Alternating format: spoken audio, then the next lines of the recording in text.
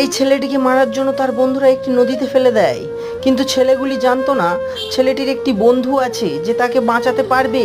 ছেলেটি টমি টমি বলে চেল্লাতে থাকে আর বলে, বাঁচা আমাকে টমি, বাঁচা।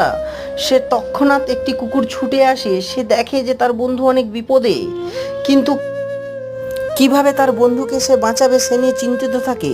হঠাৎ টমি ছুটে চলে গেল একটি জঙ্গলের দিকে এবং সেখানে যেন কি একটা খুঁজতে থাকে। সে দেখতে পায় একটি জঙ্গলে দড়ি পড়ে আছে এবং তার মাথায় বুদ্ধি আসে এই দড়ির সাহায্যে সে তার বন্ধুকে তুলতে পারবে। কুকুরটি একটি প্রান্ত নিয়ে ছুটে চলে যায় মুখে করে নিয়ে, আর একটি প্রান্ত ছেলেটির দিকে বাড়িয়ে দেয়।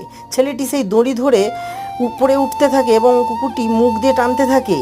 এইভাবেই ছেলেটি নদীর থেকে উঠে পড়লো এবং কুকুরটিকে অনেক আদর করলো আর বলতে থাকলো, মানুষ হয়তো এমন ভরসার যোগ্য নাও হতে পারে, কিন্তু একটি কুকুর সবসময় ভরসার যোগ্য। আমার ভিডিওটি ভালো লেগে থাকলে লাইক, শেয়ার এবং কমেন্ট